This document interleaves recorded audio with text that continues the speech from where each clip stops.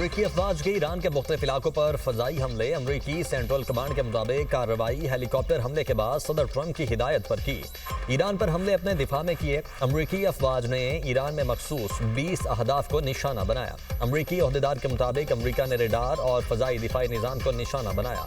ईरानी सरकारी खबर एजेंसी के मुताबिक ईरानी सूबे होर्मुज़गान, सीरक और बंदर अब्बास में धमाके सुने गए। अफवाहों के बरक्स तेहरान, मिनाब और बंदर अब्बास में कोई नुकसान नहीं हुआ। अमरीकी सदर डोनाल्ड ट्रंप कहते हैं अमरीकी अफवाज ईरान के खिलाफ कार्रवाइयां कर रही हैं।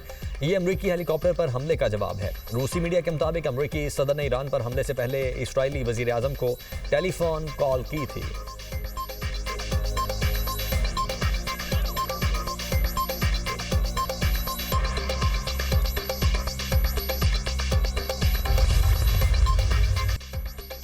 ईरान ने हमलों के जवाब में खित्ते में अमरीकी अड्डों को निशाने पर ले लिया। पासदारान इनकलाब का कहना है खित्ते में बाज अमरीकी अड्डों को निशाना बनाया। बहरीन में मौजूद अमरीकी 5th फ्लीट पर ड्रोन हमला किया गया।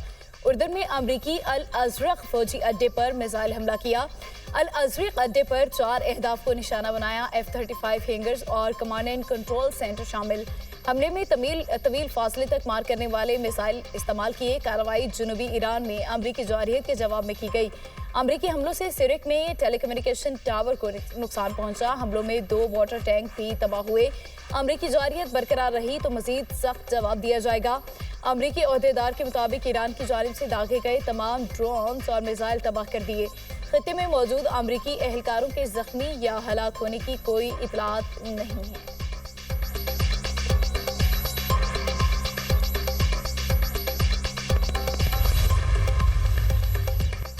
मैदान जंग में शिकस्त के बावजूद अमरीका ने ईरानी अज़्म को आजमाने की कोशिश की। ईरानी वज़ीर ख़ारिजा अब्बास इराक़ची कहते हैं हमारी अफवाज हमले का जवाब दिए बगैर नहीं रहेंगी। खलीज फ़ारिस की तारीख मुदाखलत के इबरतनाक अंजाम से भरी पड़ी है। महफूज रहना चाहते हो तो हमारा खित्ता छोड़ दो। मौजूदा सूरत हाल में किसी भी मुमकिन हमले का भरपूर जवाब दिया जाएगा। उधर ईरान की वजारत खारिजा ने एक्स पर बयान में कहा हेलीकॉप्टर हादसे को ईरान पर हमलों का बहाना बनाया गया। इलाकाई ममालिक अपनी सरजमीन अमरीका या इसराइल को फराहम ना करें। हमलों के जवाब में ईरानी फौज ने खित्ते में अमरीकी अड्डों को निशाना बनाया।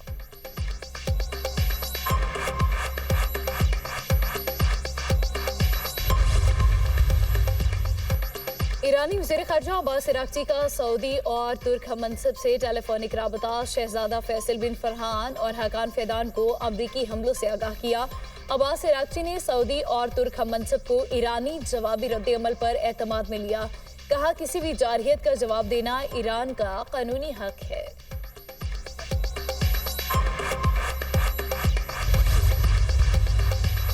तेहरान का अमरीकी अपाची हेलीकॉप्टर पर हमले से कोई ताल्लुक नहीं। ईरान के नायब वज़ीर ख़ारिजा काज़िम गरीब आबादी की अल जज़ीरा से गुफ्तगू। कहा ईरान की जानिब से अमरीकी हेलीकॉप्टर को जानबूझकर निशाना नहीं बनाया गया। आबनाए होर्मुज़ की कशीदा सूरत हाल में ऐसे वाक़यात गैर इरादी तौर पर पेश आ सकते हैं। मौजूदा सिक्योरिटी और अस्करी तनाव के माहौल में गलत फहमियों या गैर मुतवक्के वाक़यात के इम्कानात बढ़ जाते हैं। दूसरी जानिब ईरानी सरकारी मीडिया का कहना है फ़ौजी ज़राए के मुताबिक आबनाए होर्मुज़ में 24 घंटों के दौरान कोई फ़ज़ाई कार्रवाई नहीं की गई।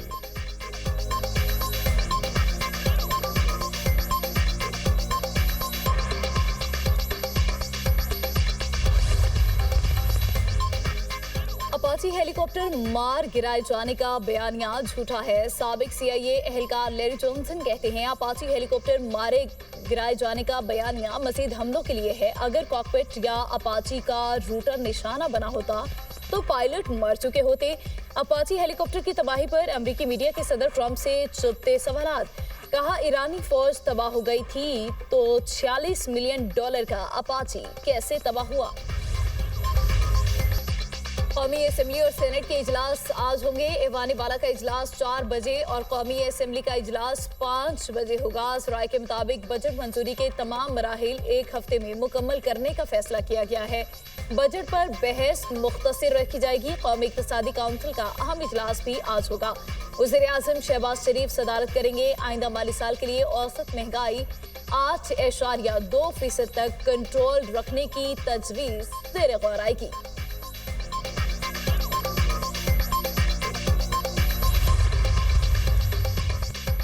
बजट में तनख्वाहदार तबके को टैक्स पर रिलीफ देने का फैसला। राय के मुताबिक सालाना 12, 22 और 32 लाख आमदन वालों के लिए टैक्स शरह में कमी की तजवीज़। 1 करोड़ या जायद सालाना आमदन वालों पर 10% सरचार्ज खत्म करने पर गौर। एक्सपोर्टर्स पर आयद 1% एडवांस टैक्स भी खत्म करने की तैयारी कर ली गई। एडवांस टैक्स रिलीफ से बरामद कुनिंदगान को 60 अरब का रिलीफ मिलने का इम्कान। हुकाम को टैक्स रिलीफ तजावीज़ पर IMF की हतमी मंजूरी का इंतजार है।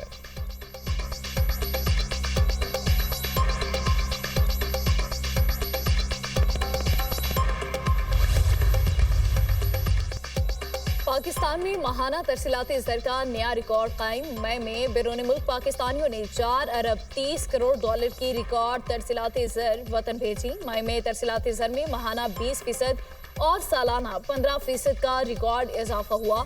स्टेट बैंक के मुताबिक रवा माली साल 11 माह में तरसीलाती ज़र में 9% का इजाफा हुआ। रवा माली साल 11 माह में 38 अरब 10 करोड़ डॉलर तरसीलाती ज़र मौसूल हुई। माहिरीन के मुताबिक रवा माली साल के इख्तिताम पर तरसीलाती ज़र का नया रिकॉर्ड बनेगा।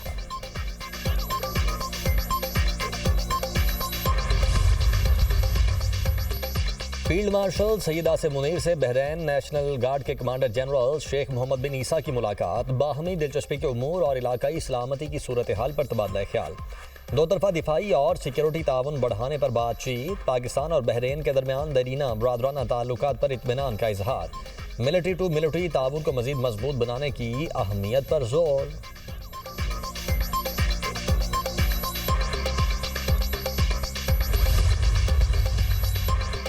गिलगित बल्तिस्तान में सिंगल लार्जेस्ट पार्टी ही हुकूमत बनाएगी। बिलावल भुट्टो जरदारी और इसहाक डार में इत्तफाक। नायब वज़ीर आज़म इसहाक डार का chairman People's Party Bilawal Bhutto Zardari से राबता। इसहाक डार ने बिलावल भुट्टो को गिलगित बल्तिस्तान इंतखाबात में कामयाबी पर मुबारकबाद दी।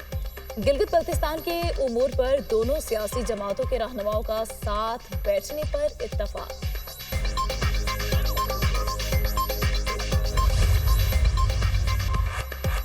वज़ीर-ए-आला पंजाब मरियम नवाज का 31 करोड़ रुपए का शी थ्रेड्स मंसूबा। खवातीन को 15,000 रुपए माहाना वजीफा और ट्रांसपोर्ट अलाउंस मिलेगा। देहात से 18 से 45 साल मिडिल पास खवातीन शी थ्रेड्स का हिस्सा बन सकती हैं। लाहौर, सियालकोट, शेखुपुरा और फैसलाबाद में टेक्सटाइल ट्रेनिंग कोर्सेज जारी। 1150 खवातीन की टेक्सटाइल ट्रेनिंग जारी। अगले साल मजीद 1350 खवातीन को ट्रेनिंग कराई जाएगी।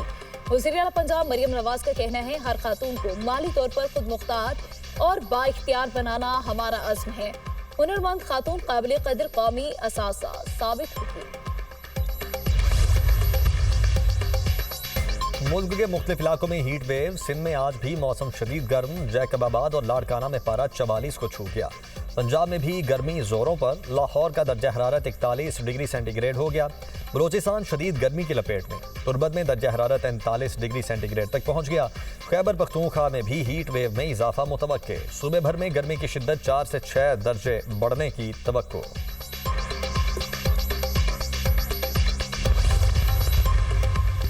इख्तिलाफी मसाइल को अवाम की अदालत में ले जाना जमहूरी सोच है। जो कत्लो गारत के जरिए अपनी राय और सोच मुसल्लत करना चाहते हैं, उनके मकासद कुछ और हैं। वज़ीर दिफा ख्वाजा आसिफ का एक्स पर बयान। कहते हैं, पुलिस हमले को शहीद किया गया और लाशों की बेहुरमती की गई। वाज़ेह हो गया ये नासिर इंतखाबात का रास्ता नहीं इख्तियार करना चाहते। अगर कोई कानून से मावरा रियासत मुखालिफ एजेंडा मुसल्लत करना चाहता है तो रियासत पूरी कुव्वत के साथ कानून का नफाज करेगी। रियासत कश्मीरी अवाम को अपनी राय का आज़ादाना इस्तेमाल करने का मौका देगी।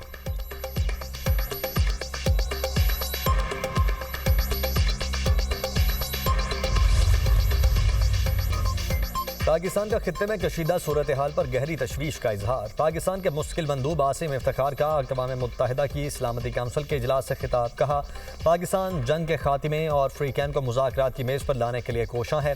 फ्रीकैन से अपील करते हैं कि वो तहम्मुल का मुजाहरा करें और अमन को एक और मौका दें। पाकिस्तान ईरानी जौहरी मामले समेत तमाम तस्फिया तलब मसाइल का पुरअमन हल चाहता है। सिफारती रवाबित और मुसलसल मुकालमे से ही मुतनाज़ा उमूर का हल तलाश किया जाए। फ्रीकैन के पाकिस्तान पर एतमाद और इस्लामाबाद मुज़ाकरात का हिस्सा बनने को सराहते हैं।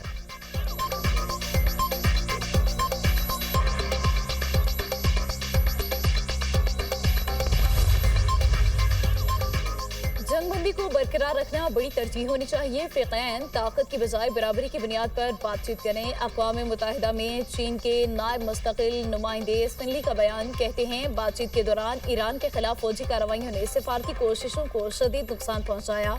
ईरानी जौहरी मसले पर ताकत के इस्तेमाल या जंग की धमकियाँ सूरत हाल को मज़ीद खतरनाक बना सकती हैं। अक़वाम मुत्तहिदा को सियासी मकासद के लिए इस्तेमाल नहीं होना चाहिए। आलमी बिरादरी सिफारती हल के लिए मस्बत माहौल पैदा करे। सलामती काउंसिल का ईरान पर पाबंदियां लगाने के बजाय तनाज़े के हल के लिए तामीरी किरदार अदा करना चाहिए।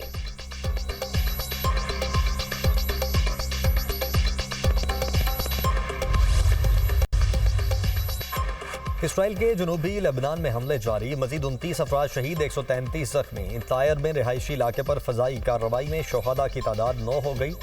अल मसाकिन के इलाके पर फजाई हमले में 8 अफराद शहीद, 35 जख्मी।